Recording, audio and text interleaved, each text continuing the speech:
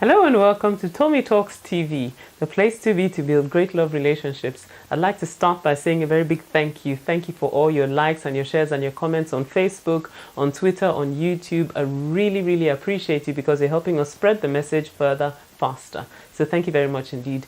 Now today I'm going to be taking one of your questions and it goes like this. I feel like I'm giving everything in my relationship, but my fiance doesn't seem to appreciate it. What can I do? Now, that's a very interesting question. You haven't given me a lot of detail as to what exactly it is you're doing or what it is that your fiance is complaining about. However, there are two ways to look at this issue.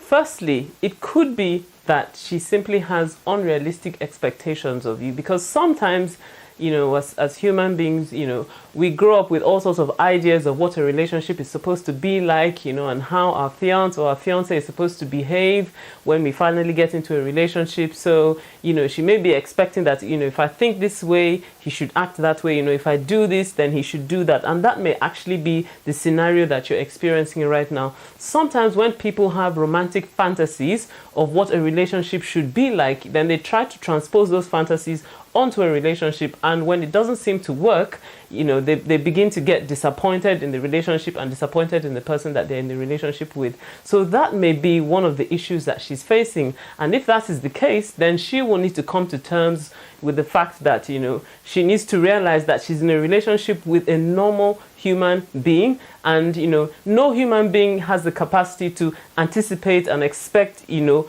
and understand exactly where you are at every point in time and to behave exactly how you expect them to behave at every point in time. So that's probably one area that she needs to deal with.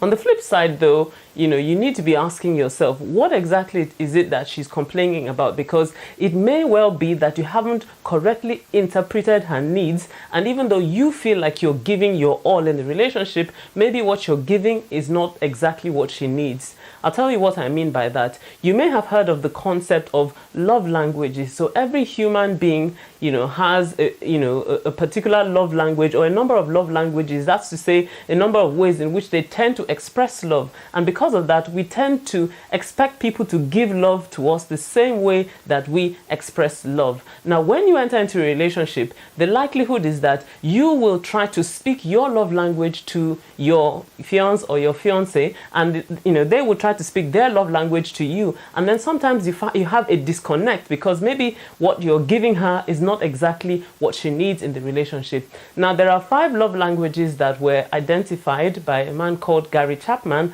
and I'll just run through them very briefly. I've got a more detailed video on love languages. The first of them is words. So people whose love language is words tend to, you know, like to talk, you know, and you know, give you nice words and talk about how much they love you and all that. And it may be that, you know, that's the sort of thing that she wants. She wants you to express your love to her more verbally.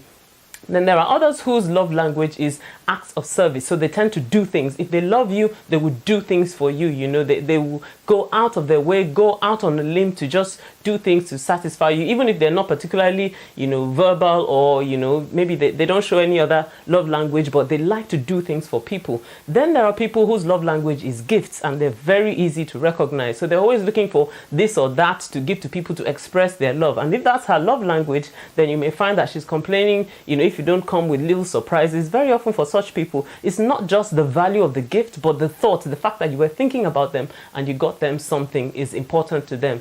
Then there is the love language of touch. Now, obviously, this one you need to be careful of when you're in a relationship, because, you know, you've got to be careful of, you know, how you go about touching in a relationship as opposed to when you enter into marriage. But it's well worth recognizing that there are some people, you know, for whom a touch goes a long way. So you tend to find that people who, when they talk, they tend to touch people, you know, and all that, you know, they pat you when they're talking to you and all. That may well be her love language. And lastly, there's the love language of time.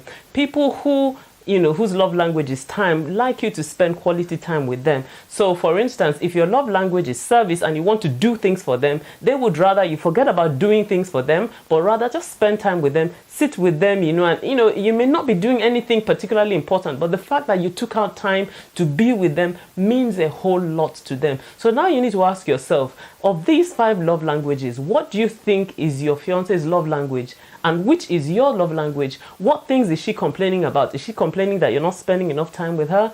Is she saying that maybe you're not verbalizing your love to her? Is it gifts? Whatever it is, try to interpret what her love language might be. And it may be that if you adjust yourself from, speaking your love language to her to beginning to try to speak her love language, then you might find a place of balance in your relationship. Well, I hope this has helped you. If this has helped you, then please leave me a message on Facebook or Twitter. And if you've got a question you would like me to answer, then head on over to tomitalks.com/ask and I'll answer your question next time. See you next time. Bye-bye.